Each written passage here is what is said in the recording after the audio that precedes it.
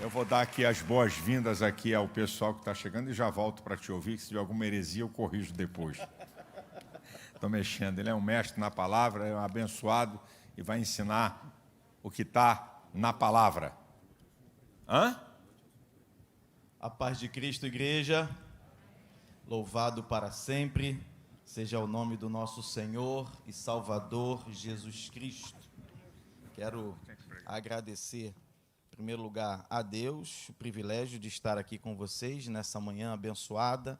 Quero agradecer nosso pastor pelo privilégio, pela honra de poder estar ministrando na DEVEC. Nossa pastora Elisete, obrigado pelo seu carinho. Pastor Dilton, meu amigo. Pastor Silas Filho, com quem eu trabalho ali na Taquara. E hoje, irmãos, nós temos uma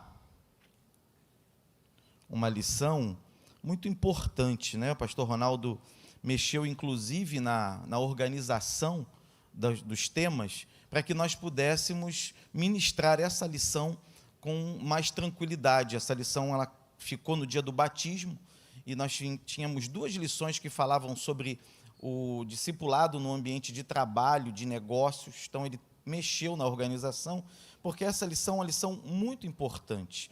Não sei se todos têm a sua revista, tem aí? Eu sou um professor meio chato e eu gosto de ministrar a lição.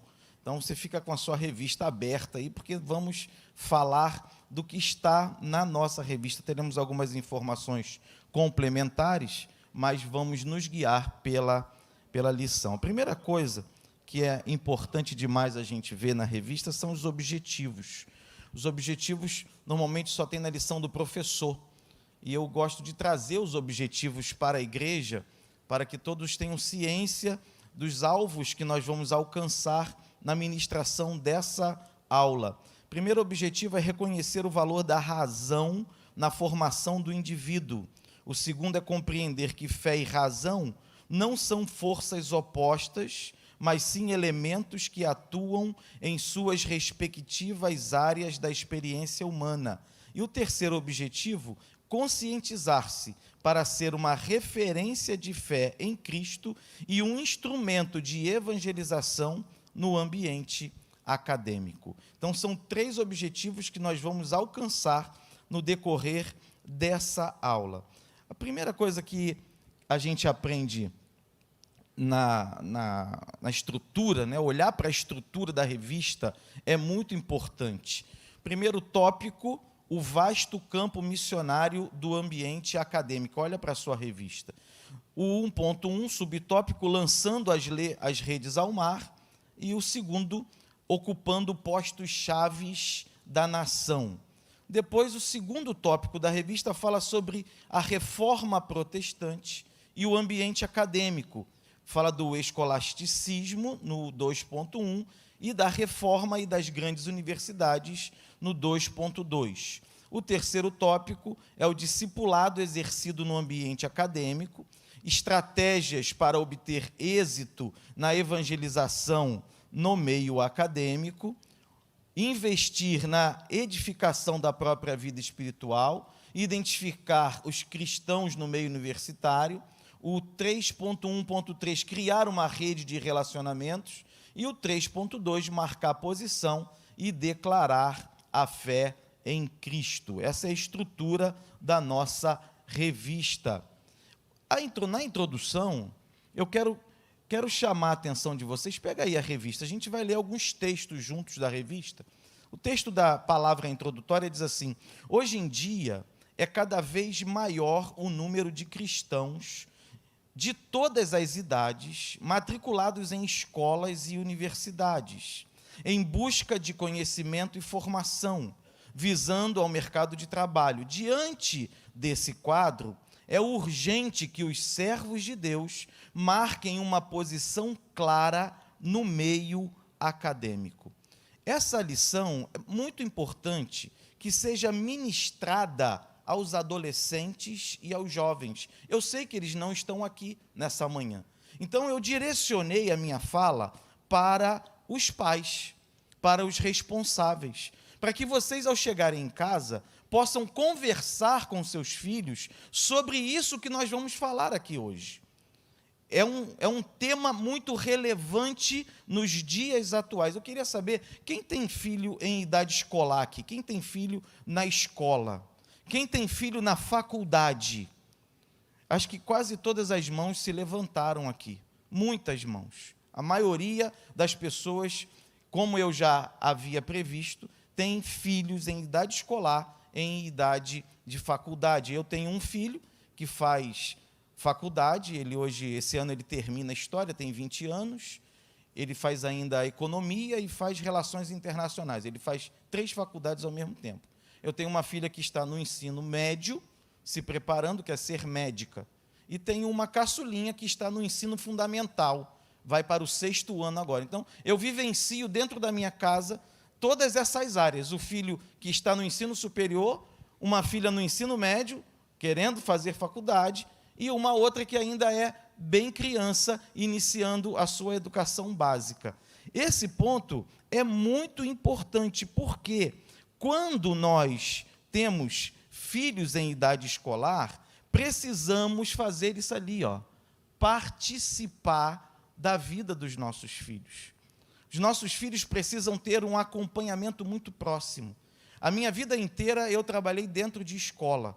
Agora já estou na reserva do Exército, mas trabalhei a minha vida toda no Colégio Militar do Rio de Janeiro como professor e coordenador de professores. E a minha experiência dentro da escola me fez ver o outro lado da moeda, porque nós que somos pais entregamos os nossos filhos com confiança para uma escola, para uma instituição de ensino, e cremos que o nosso filho dentro dessa escola está sendo educado de acordo com os princípios que nós acreditamos. Mas eu não vou enganar vocês, hoje em dia, nem sempre isso é verdade. E muitos pais não estão atentos àquilo que os filhos estão estudando, às influências que os filhos estão recebendo. Precisamos observar, eu escrevi aqui assim no meu esboço, nossos filhos estão sendo influenciados por professores ateus e de esquerda que questionam a nossa fé e os nossos princípios. Como são jovens e adolescentes, são muito vulneráveis às influências desses professores e instituições. Primeiro tópico que eu já, nessa introdução, eu quero te despertar: acompanhe de perto a educação do seu filho. Observe o que ele está aprendendo. A maioria na escola, irmãos, quantas vezes, reunião de pais. Eu estava lá esperando para falar com alguns pais, os pais não iam à reunião de pais. E aí nós mandávamos chamar, eu já cheguei a caso de acionar conselho tutelar, porque o pai não ia à escola quando era convocado, e o filho dele dando alteração na escola. Tem pai que não se preocupa, que não está atento. Quando chega na faculdade é um pouco mais difícil. Não vou dizer para você que é fácil. Eu sento com meu filho para a gente conversar sobre a faculdade, sobre o que ele tem lido, sobre o que ele tem aprendido. O jovem, ele já está em busca da sua autonomia, da sua independência, ele já quer dominar a sua própria vida. Mas hoje, essa geração é uma geração ainda muito inocente, imatura. Se a gente não acompanhar, eles acabam sendo influenciados, e a força da academia, a força da universidade, a força da escola, muda o pensamento deles. E o que nós temos que fazer como pais, hoje, quando você chegar em casa, depois da escola dominical, sente com seu filho, pergunte para ele o que você está estudando, como é que foi a aula hoje, como é que tem sido a semana, quem são seus professores, fala para mim, como é que é seu professor de história, como que é seu professor de geografia, como que é seu professor de biologia, como que é o seu professor de literatura. Não dá para eu falar aqui das experiências que eu tive com professores. Existe professor de todo tipo, irmão.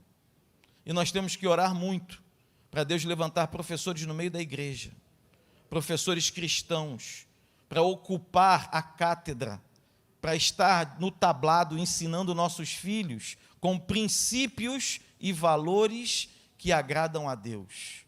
Então, a primeira coisa que eu quero nessa introdução eu escrevi assim, se essa aula despertar você para acompanhar seus filhos no ambiente acadêmico, nós já ganhamos a aula. Amém? Vamos para o primeiro tópico da lição, o vasto campo missionário do ambiente acadêmico. Pega a revista aí, por favor. Quero dar uma lidinha também. 1.1. O número de matriculados na educação superior atingiu a marca de 8,45 milhões de alunos em 2018, dos quais 24,3% pertencem à modalidade à distância. Diante desses números, conclui-se que a Igreja de Cristo não pode ficar indiferente em relação a esse universo. De maneira preventiva, elas precisam criar programas de proteção aos seus membros, que estudam nessas instituições, fortalecendo-os para que não se desviem. Na ofensiva, elas precisam lançar suas redes ao mar e evangelizar, pois é urgente que se leve a palavra a esse campo tão árido. 1.2. Há outro fator importante na evangelização de universitários, é que, via de regra, as pessoas formadas nessas instituições ocupam postos de representatividade no país. Os egressos desses cursos atuarão na economia, na educação, no entretenimento, na comunicação, no governo e na pesquisa científica. Eu vou falar sobre esse tópico, mas eu queria mostrar na Bíblia, quando a gente lê aí os subsídios diários, lemos o texto áureo e também o texto bíblico básico, 4 personagens bíblicos que foram influência e que faziam parte desse campo de fé e razão, de fé e conhecimento.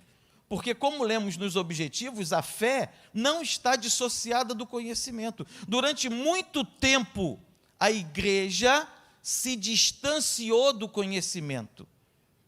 Quando jovem, eu cheguei a ouvir que crente não precisava fazer faculdade. Eu cheguei a ouvir isso. Meus pais sempre tiveram uma visão mais à frente, e meu pai sempre me incentivou a estudar. Mas quantos amigos da minha faixa etária não fizeram faculdade, não cresceram, porque a igreja não incentivava. Na verdade, até se colocava contra, mas esse tempo já passou.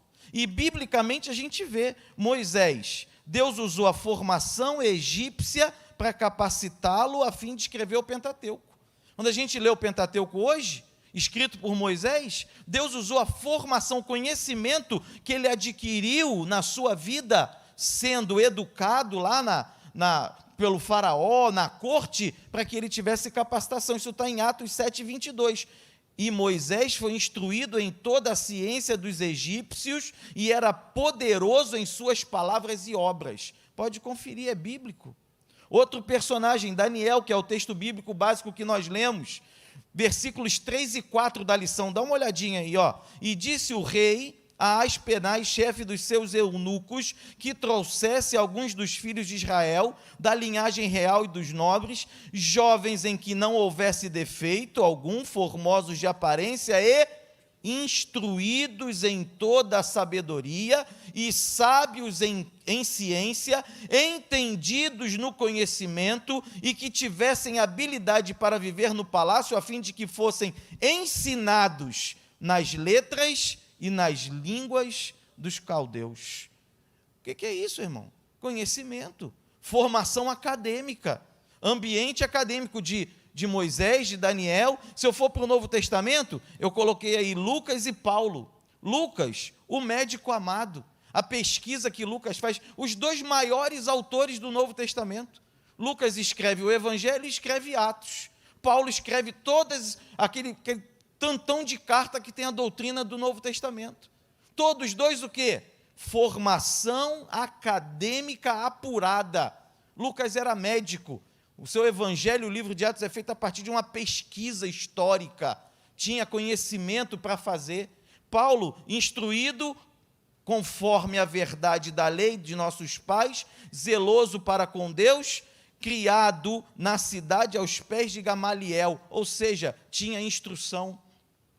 Valor acadêmico para nós. A revista mostra que hoje em dia esse campo acadêmico só tem se ampliado. O que a gente lê ali, quantos alunos matriculados. Hoje é difícil encontrar pessoas que não tenham feito uma faculdade. É difícil. Ou que não estejam fazendo uma faculdade. A pessoa, antigamente, ter o ensino médio era o básico. Hoje em dia, o ensino só tem o ensino médio, está fraco, está muito fraco. Tem que ter um ensino superior. Como eu falei aqui no início, meu filho faz 3 faculdades ao mesmo tempo. Por quê? Porque é o mundo de hoje aí, a concorrência. Hoje não adianta mais ser apenas bom, não. Se não for o melhor, não tem espaço para essa pessoa no mercado de trabalho. Cada vez mais afunilado e as pessoas em busca de qualificação profissional que passa pela formação acadêmica. Eu chego à conclusão de que Deus quer nos usar com formação acadêmica. Deus quer um povo aperfeiçoado. Nosso pastor acabou de falar sobre a questão do conhecimento. A importância do conhecimento na nossa vida é o que eu vejo aqui. Nós precisamos despertar. Eu comecei falando para pais acerca dos filhos, mas agora eu quero falar para os pais e responsáveis acerca de vocês mesmos. A pergunta que eu quero deixar para você aqui, nesse tópico da lição, é: você tem se capacitado continuamente a fim de que Deus possa usá-lo com autoridade e graça para cumprir o seu chamado?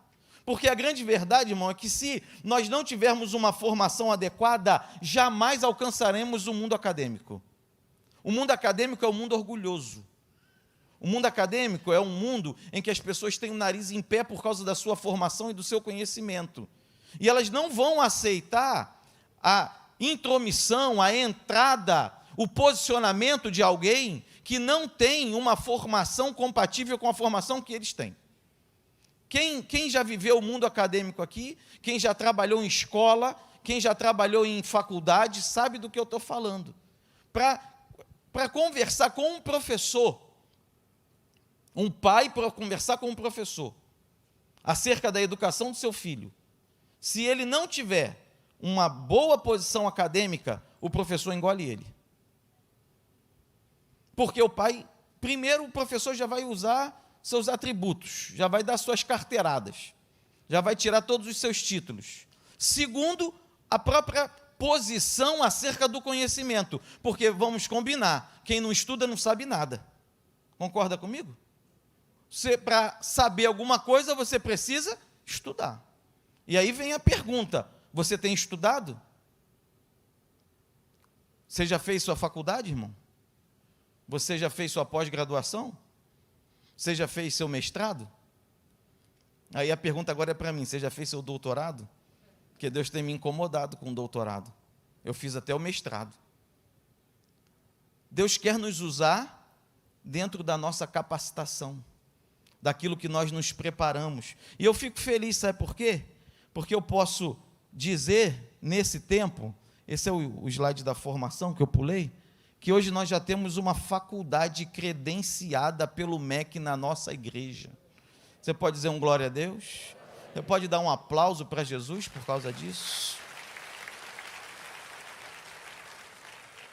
Isso alegra muito meu coração, porque é uma oportunidade que a nossa igreja está oferecendo, está criando. A nossa igreja não é uma igreja alheia a essa realidade do mundo acadêmico. A nossa igreja está antenada com tudo que está acontecendo. Nós já temos uma faculdade credenciada, estamos apenas aguardando a publicação em diário oficial para abrir as inscrições para a nossa primeira graduação, que vai ser teologia. E não vamos ficar só nessa primeira graduação, não, irmão. Nós vamos ter faculdade de pedagogia, vamos ter faculdade de letras, vamos ter faculdade de história, de geografia, de biologia, de administração, de economia, de todas as áreas do conhecimento, para formar pessoas, professores capacitados, profissionais, com princípios cristãos dentro de si. Hoje é um grande desafio para os nossos jovens, e talvez aqui haja pessoas que estejam já cursando também ensino superior e pós-graduação, de vivenciar o meio acadêmico por conta dos posicionamentos que nós temos que enfrentar. E hoje nós já temos vários cursos aí, ó. Curso livre de teologia que tem acontecido semanalmente, uma aula na Taquara, uma aula presencial aqui, transmitido ao vivo. Tem gente fazendo esse curso no mundo inteiro, irmão. Eu tenho aluno do curso livre de teologia no Japão, em Angola, em Portugal tem um grupo estudando, na Bolívia, nos Estados Unidos, na Itália, pessoas que estão estudando por meio da nossa igreja, estão crescendo, estão galgando outras posições de conhecimento e de formação. E eu queria te convidar a participar, tá? Aproveita a oportunidade, ó. Nós já temos vários cursos e estamos preparando outros cursos mais. Vamos ter uma palestra agora no dia 2 de outubro sobre liberdade religiosa. Pastor Silas anunciou na ceia. Faça a sua inscrição para essa palestra. Vamos ter um curso de direito constitucional objetivo, já ingressando numa área importante da nossa sociedade. Já estamos com um curso na área de psicologia eclesiástica para o ano que vem, que vai começar. Então, eu te peço para você orar pela Faculdade Vitória em Cristo, para você aproveitar os cursos que nós temos e você se preparar para que você possa ser usado por Deus num ambiente acadêmico. E aí você tem conhecimento e você tem formação. Eu falo isso para muitos jovens que vêm me pedir aconselhamento. Não adianta você ter só conhecimento sem você ter titulação. E não adianta você ter titulação sem ter conhecimento. As duas coisas andam juntas. Você tem que ter titulação, sim, porque a titulação diz quem você é. E você tem que ter conhecimento também, porque quando você tiver que entrar em prática, a titulação não serve para nada. O que serve é o conhecimento que você tem. Então, se aperfeiçoem. Na nossa igreja, nós também temos um polo universitário, né? Nós estamos começando com a Faculdade Vitória em Cristo, com uma graduação. E hoje nós já temos um polo universitário da Universidade Cruzeiro do Sul, que tem mais de 180 graduações e pós-graduações. Olha o nível, né? O alcance dessa oportunidade. Então, eu até conversei com alguns irmãos, sempre que alguém me encontra, me pergunta sobre isso, né? Minha área é muito ligada à educação, e nós hoje temos bolsas de estudo de até 60% para oferecer na nossa igreja por causa disso. Muitos irmãos têm aproveitado essa oportunidade. Se você quer estudar, se você quer fazer uma pós, se não fez a graduação ainda e quer fazer, esse telefone que eu coloquei ali é o meu telefone, é o meu pessoal. Eu faço questão de te orientar pessoalmente. Muitas pessoas me perguntam, pastor, mas qual a melhor área? Qual o melhor curso? Por onde eu vou? Eu tenho prazer, alegria em poder orientar os nossos irmãos, porque eu tenho convicção do chamado de Deus na minha vida. Deus tem me chamado para fazer com que pessoas alcancem posições maiores no meio acadêmico e no meio profissional. E se você tem interesse, anota o telefone, pode me chamar no WhatsApp, que eu vou te orientar e vou proporcionar para você uma oportunidade com uma boa bolsa de estudo para que você possa estudar. Amém? Vamos para o tópico 2. O tópico 2 da revista fala sobre a reforma protestante e o ambiente acadêmico. E fala sobre o escolasticismo. O escolasticismo foi uma filosofia da Idade Média em que a razão foi muito trabalhada em relação à fé. Tomás de Aquino, a revista fala sobre Anselmo de Cantuária. E o que o escolasticismo fazia? Ele tinha um método que a gente usa até hoje. Nasceu lá e a gente usa até hoje. Era a leitura, depois a exposição e depois um debate. Então, sempre a leitura de um texto, a exposição e depois um debate, para se chegar a uma conclusão. E essa relação de fé e razão gerou a gênese da educação que nós temos, está aí, vem daí. Essas discussões, dentro das escolas, irmãos, a fé e a razão estavam sempre presentes. Não se excluía a fé, não jogava fora a fé. A fé estava presente. Hoje, nós temos perdido isso, né? Já perdemos isso dentro da escola. Sobre a reforma protestante, eu quero ler aqui o que eu escrevi para vocês. Antes da reforma, o direito à educação era restrito aos nobres e ao clero. Foi Martinho Lutero quem iniciou um movimento para modificar esse cenário. Em uma de suas cartas endereçadas aos príncipes europeus, Lutero reivindicava que fossem criadas escolas acessíveis a todos. A carta solicitava que todas as comunidades tivessem suas próprias escolas.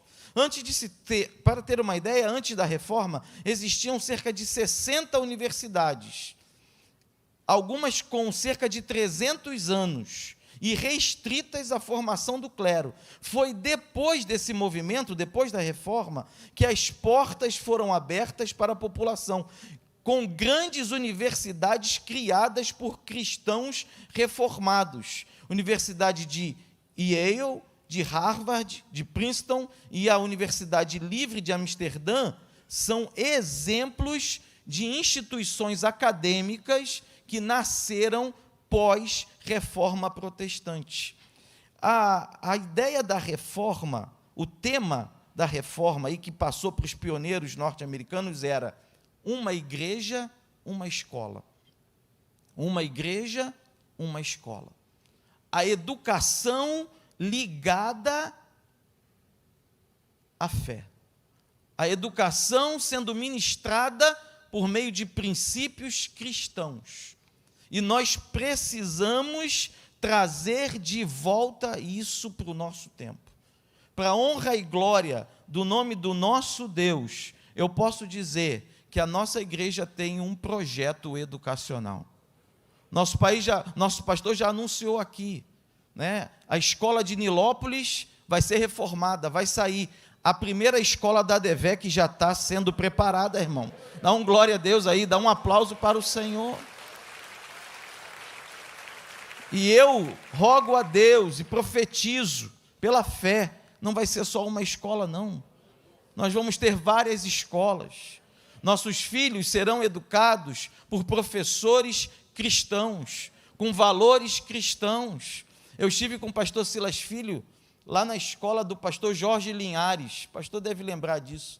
Vamos lá, tem algum tempo, a pastora também deve lembrar. Ficamos encantados, irmãos. Uma escola em que os professores, a coordenação, a direção, os projetos pedagógicos da escola, todos eles voltados para a palavra de Deus. Se estuda tudo, matemática, língua portuguesa, história, geografia, tudo isso com a base bíblica. Olha, para quem é um professor, eu saí de lá com o meu coração cheio de alegria, cheio de fé, porque eu tenho certeza que nós estamos no caminho certo.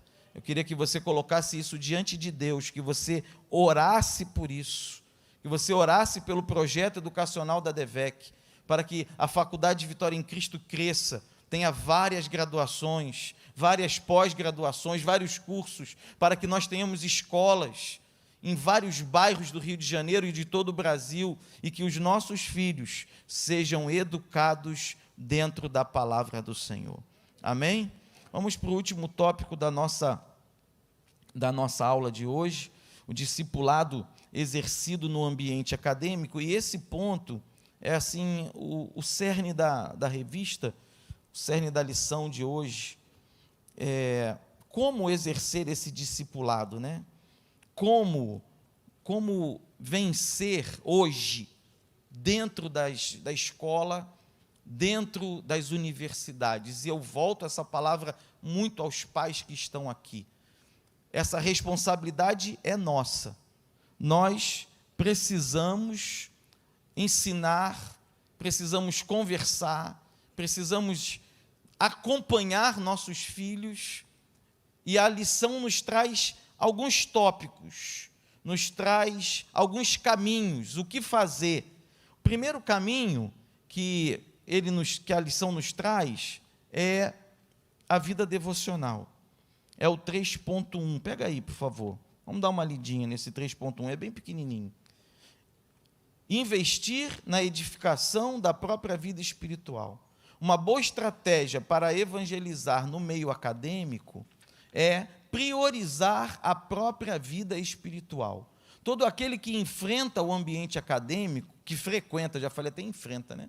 que frequenta o ambiente acadêmico deve, em primeiro lugar, cuidar da sua rotina devocional. Esse é o primeiro ponto. Nossas crianças, nossos adolescentes, nossos jovens precisam ter uma vida devocional. E aí vem algumas perguntas, né? Seu filho ora? Seu filho lê a Bíblia? Eu peguei essa imagem aí, achei muito interessante. A Bíblia toda marcada, toda anotada, com post-it. Aí eu peguei minhas filhas e chamei elas assim, traz sua Bíblia aí para mim. Deixa eu ver sua Bíblia. E comecei a folhear.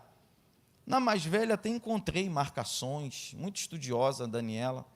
A mais nova, que é mais animada, tinha um versículo ou outro marcado.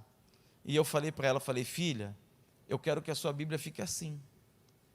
Eu quero que você leia a Bíblia, que você marque a Bíblia, que você conheça as histórias da Bíblia. Lá em casa a gente tem uma brincadeira que é como se fosse uma gincana bíblica, né? Eu vou fazendo perguntas, quando a gente viaja, está no carro, vindo da igreja, sempre, pai, vamos jogar a Bíblia? E aí eu vou fazendo algumas perguntas, tem que fazer a pergunta fácil para menor, uma mediana para do meio, e uma mais hard para o mais velho. E a gente vai fazendo com que nossos filhos conheçam a Bíblia. Eu sei que a vida é muito agitada, eu sei que hoje a tecnologia, celular, tablet, computador, são tantas coisas que a gente tem para fazer e para ver e para conhecer, e são tantos atrativos, tantos aplicativos, irmãos, que a gente, parece que o tempo não dá, e a gente se perde nisso daí. Só que, quando a criança, o adolescente, ele tem uma vida devocional forte, ele tem uma vida devocional intensa, e isso são os pais quem fazem, acompanhando, instruindo, lendo junto, perguntando, direcionando, tirando um tempo para isso, eles têm uma base sólida cristã. Eles não são enganados de qualquer jeito, eles questionam, irmãos. Minha filha chega para mim, pai, está difícil lá na escola, por causa disso, por causa daquilo. Né? A professora de filosofia, a professora de biologia, e ela traz para a gente conversar. Mas por quê? Porque em casa a gente está trabalhando a vida devocional, a gente está instruindo, tem solidez. Ela não questiona a fé, ela questiona o professor. Ela não traz um questionamento do que ela aprendeu para cá, como se aquilo fosse verdade, não. Ela questiona aquilo que estão tentando fazê-la engolir lá na escola. Mas porque a vida devocional dela está bem alicerçada. Tem vida de oração, tem vida de Bíblia, sabe? Está na escola dominical, está nos eventos. Nossa igreja tem eventos para adolescentes, irmão. Tem evento para jovens. A minha palavra é de alerta para os pais que estão aqui nessa manhã. Seu filho tem participado disso? Sempre está na escola dominical, está nos eventos. A nossa igreja agora vai ter uma gincana de adolescentes. Está sabendo? Quem está sabendo aí da gincana de adolescente? Tá? Vai ter uma gincana de adolescente. De cada filial vão sair grupos, tem regra. E ela já virou para mim e falou, pai, eu preciso montar meu grupo, quem que eu coloco? Aí eu falei, escolhe gente boa de Bíblia, senão tu vai perder. Aí os adolescentes já pediram para a gente fazer um reforço bíblico, para eles poderem competir. Se isso não tiver uma movimentação nossa, se nós não nos envolvermos, se nós não fizermos acontecer, não acontece sozinho. Nada na vida acontece sozinho. Se não tiver nosso empenho, nosso esforço, nossa dedicação, separação de tempo, sabe? Desliga a TV, tira o celular, senta aqui, vamos conversar. Se eu não estiver envolvido com a minha igreja, aí os nossos filhos chegam lá na escola e são dominados. A mente deles é tomada. A primeira dica que tem aí na revista para nós é a vida devocional. Cuide da vida devocional dos seus filhos. Cuide da sua em primeiro lugar, mas como eu estou dirigindo essa aula a pais de adolescentes e de jovens, porque na maior parte são eles que estão enfrentando esse desafio do discipulado no meio acadêmico. Porque se não for assim, meu irmão, dificilmente ele vai ganhar alguém para Jesus. Dificilmente ele vai discipular alguém da escola. Não vai. Ele vai ser cooptado, ele que vai ser discipulado pelo outro lado. E aí começa uma guerra dentro da família. Meu irmão, eu já aconselhei pessoas que a mãe virou para mim e falou assim: pastor, eu não sei mais o que fazer. Não sei mais o que fazer. A minha filha entrou nessa escola, eu achei que ia ser bom, fez concurso, foi para lá, e a cabeça dela virou.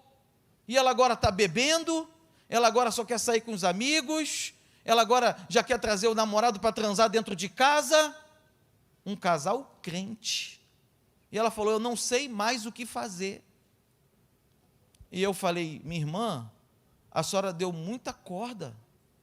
A senhora deixou ir muito longe. Quando está muito distante para trazer de volta, não pode. Adolescente e jovem tem que andar aqui pertinho.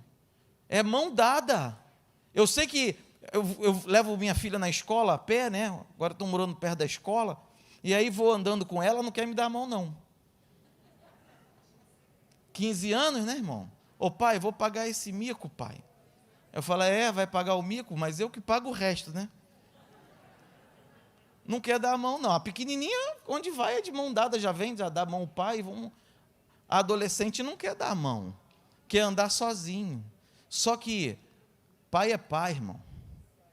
Mãe é mãe. Não tem essa história, não. A gente estava conversando lá, vai ter a festinha dela, que não pôde ter na pandemia, né? O sonho dos 15 anos, vamos fazer agora, esse ano, quando fizer 16. Festa dos 15, agora 15 mais 1, que ela falou. E aí queria fazer um montão de coisa na festa. Eu falei: você esqueceu quem é seu pai, né? Você esqueceu quem é seu pai? Esqueceu? Já sabe o que pode e o que não pode, né? Por quê? Porque eu preciso educar meus filhos. Se eu deixar que eles tomem a forma do mundo, como é que vai ser? Então, faça o devocional com seu filho. Converse com ele sobre a escola. Primeira dica da revista. E a segunda, que eu vou trabalhar junto, a segunda e a terceira são muito parecidas, né? Olha aí na revista. A segunda, o 3.1.2, identificar os cristãos no meio universitário e criar uma rede de relacionamentos. Falando de quê? Falando de amizades. Identificar os cristãos no meio universitário. Eu quero ampliar, não é só no meio universitário. Na escola também. Lá no Colégio Militar nós tínhamos o NAI, Núcleo de Alunos Evangélicos. Eu fui orientador do NAI muitos anos. Os alunos evangélicos se reuniam para fazer um culto. Uma vez por semana tinha um culto do NAI. E ali eles se conheciam. Eu sei que as escolas não têm isso. Mas é importante que os nossos filhos sejam orientados a quê? Procura os alunos evangélicos da sua escola. Quem são eles? Graças a Deus, a escola onde essa minha do meio estuda, tem vários da nossa igreja. E aí já tem o grupo da igreja dentro da escola. Porque essa fase da vida precisa muito, todo mundo precisa de amigo, certo? Todo mundo, nós somos seres sociais, queremos estar com outras pessoas, não somos ilhas, não estamos isolados, mas na fase da adolescência e da juventude, isso é imprescindível. É nessa fase que as amizades da vida inteira começam a nascer. Eu tenho um amigo, que até meu xará está no Japão, morou na Inglaterra, está no Japão, a gente foi amigo de escola dominical, até hoje ele é meu amigo. Não vejo faz anos, a gente se fala pelo WhatsApp. Essas amizades perduram. E as amizades, irmão, influenciam. Botei um versículo ali, ó. Não se deixe enganar. As más companhias corrompem os bons costumes. Diga-me com quem tu andas e eu te direi quem és. Então, cuidado com as amizades dos seus filhos. Com quem que ele sai? Tem pai que nem sabe mais com quem o filho está saindo. Tem misericórdia, irmão. Adolescente não sabe nem com quem ele está saindo, diz que vai sair. Lá em casa, vai na casa de quem? Falo para minha esposa: liga para a mãe dela, procura saber. Onde é que é? Vamos levar lá. quero saber tudo da família. Não é assim, não. Porque senão depois vem as consequências. Então, oriente seus filhos a procurar amigos na escola, na faculdade, que fazem parte da nossa visão. Primeira coisa, isso é para fortalecer. Ele não está sozinho. E parece que na escola e na universidade tem um monte de crente 007, né? Ele não se mostra, irmão. Você vai descobrir depois. Vai saber. Até no ambiente de trabalho acontece isso, com adulto acontece isso. Parece que o pessoal tem medo de dizer que é crente. Né? Nós somos a luz do mundo. Nós somos o povo da verdade. Nós somos o povo da bênção. E a gente tem que transmitir isso para os nossos filhos. Eles têm que saber que a vida deles é uma vida abençoada e que eles estão ali para influenciar, porque quem não influencia é influenciado. Quem não influencia é influenciado. Então fica aí essas duas orientações da revista para nós, que são muito, muito importantes. Primeiro, uma vida devocional. Oração, leitura da palavra, acompanhamento dos pais. Segundo, um cuidado com as amizades, uma observação de com quem seu filho conversa, com quem ele interage, quem são seus coleguinhas da escola e aqueles que estão na faculdade, quem são seus amigos da faculdade. Último ponto para a gente encerrar a aula de hoje, 3.2, olha aí na sua revista. Marcar posição e declarar a fé em Cristo. Ninguém deve ser silenciado por aqueles que não conhecem a Cristo. Pelo contrário, o cristão deve ser uma voz que clama, estabelecendo um contraponto nas discussões temáticas, bem como nas oportunidades que surgirem. O crente fiel não deve esquecer-se da sua condição de sal e luz em um mundo corrompido e perverso. Aqui entra-se na questão proativa do posicionamento diante do meio social e, em particular, do meio acadêmico que nós estamos falando. Note bem, sem uma base, nunca se alcança isso aqui. A base é vida devocional, relacionamentos, para que essa posição aqui possa ser alcançada. Coloquei ali, meio acadêmico é um campo fértil para a propagação do Evangelho. Se alguém aqui está no meio acadêmico, vai poder fazer uso dessa instrução. Quem não está, vai instruir seus filhos a que possam ser propagadores do Evangelho. E aí, quatro ações importantíssimas. A primeira é conhecer. Conhecer o quê, irmão? Conhecer a realidade. Não posso estar alheio às coisas que estão acontecendo. Não posso ficar dentro de uma bolha, dentro de uma redoma. Existem ideologias anticristãs no nosso meio acadêmico. Estão por aí. Eu preciso conhecer isso. Eu preciso ler, eu preciso estudar. O que é ideologia de gênero? A grande verdade é que muitos jovens e adolescentes estão perdidos aí. A gente precisa trabalhar mais isso. É uma professora da nossa igreja que eu pedi a ela para preparar um curso só sobre isso, para formar pais, formar jovens e até adolescentes. Porque se nós não dominarmos o conteúdo, como é que vamos nos posicionar sobre ele? Se eu não sei, aí eu começo a falar apenas do que eu acho. E se eu acho, daqui a pouco eu sou contraposto por alguma informação mais firme, mais sólida, e eu perco a posição. O debate é isso. O debate é baseado no conhecimento. Eu preciso ter conhecimento sobre as ideologias, sobre o mundo que me rodeia e que me afronta. Esse é o primeiro ponto. Para que eu possa ser um propagador do Evangelho no meio acadêmico. Já falei da necessária formação e do necessário conhecimento geral. Aqui eu estou falando de conhecimento específico. Segundo ponto, ser disponível. Esse ponto é um ponto que exige maturidade, exige um preparo.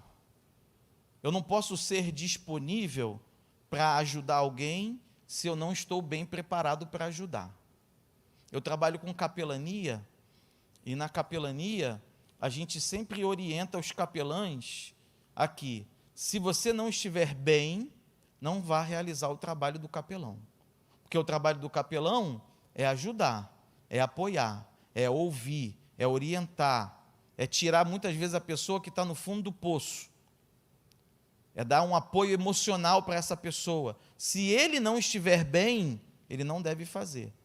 Então, para que crianças, adolescentes, jovens possam exercer essa disponibilidade de ser um missionário, de levar uma pessoa a ter um relacionamento com Deus, ela precisa ter uma base bem firme, para que ela não venha a ser desvirtuada do seu caminho. Mas é uma necessidade nossa. Nossos filhos precisam entender isso. Eles estão no ambiente acadêmico, eles precisam brilhar. Eles precisam ser sal e luz naquele lugar. Pessoas precisam ouvir da boca deles que eles são cristãos e que ser cristão é um caminho abençoado para cada pessoa. Isso é ser disponível. E vou te falar para vocês, quando a gente tem essa condição, quantas pessoas estão carentes precisando ouvir a palavra de Deus? Muita gente sofrendo, muita gente com o coração aí, principalmente depois dessa pandemia, pessoas que perderam. Ontem eu fiz uma visita a uma família que perdeu o pai e um filho no decorrer de uma semana. E a esposa, e não eram cristãos, uma irmã da nossa igreja me pediu, falou: pastor, faz uma visita para mim, na minha família. A minha sogra, a minha cunhada perderam, me falou, eu fui até lá. Cheguei lá, sentei com eles, a família se reuniu na mesa, levei a palavra. Quanta carência, irmão. Quanta carência, quanta necessidade de uma oração, de palavra. Isso é ser disponível, é estar pronto. E no ambiente acadêmico isso é muito forte, porque como o ambiente acadêmico ele é um ambiente muito pesado, de muito orgulho, de muita prepotência, de muito erro, e eu falo isso com propriedade, porque é um mundo em que eu caminho há muitos anos. Tem muita gente precisando de Deus no ambiente acadêmico. Vou dar uma dica para os pais aqui. Quando você for conversar com um professor do seu filho, perceba a carência dele. Deixa ele saber que você é um cristão. Fale de Deus para ele. Deixa ele falar dos seus problemas, que às vezes você vai lá para falar de um assunto, Deus abre a porta e você ganha uma alma para Jesus dentro da escola. Amém? Evangelizar está nesse contexto. Estudantes e profissionais, por meio da comunicação da mensagem do Evangelho, segundo a Bíblia, e da demonstração da prática da vida cristã, viva o Evangelho e confiar no Senhor. Ter certeza de que Deus está no controle de todas as coisas e que jamais Ele perde a batalha. Para encerrar a nossa conclusão, quero ler aí, lê comigo a conclusão. A Bíblia estimula, vou ler só um pedaço, a busca do conhecimento. Quanto maior o preparo, maior será a abrangência do serviço prestado a Deus e ao próximo. Quanto maior o preparo, maior a abrangência do serviço prestado a Deus e ao próximo. E aí eu botei uma tirinha aqui, né? Ah, Pai do céu, faz eu tirar nota boa na prova de amanhã. Então estuda, meu irmão. Faz a sua parte, né? Não vos conformeis com este mundo, mas transformai-vos pela renovação do vosso entendimento. E só assim, então, a gente vai poder experimentar a boa, agradável e perfeita vontade de Deus. Faça a sua parte, se aperfeiçoe, estude. Quem não está estudando, meu incentivo nessa manhã, volte a estudar. Aos pais, acompanhem seus filhos, estejam atentos a tudo que acontece na vida deles no ambiente acadêmico e que Deus abençoe a sua vida e a sua família no nome de Jesus.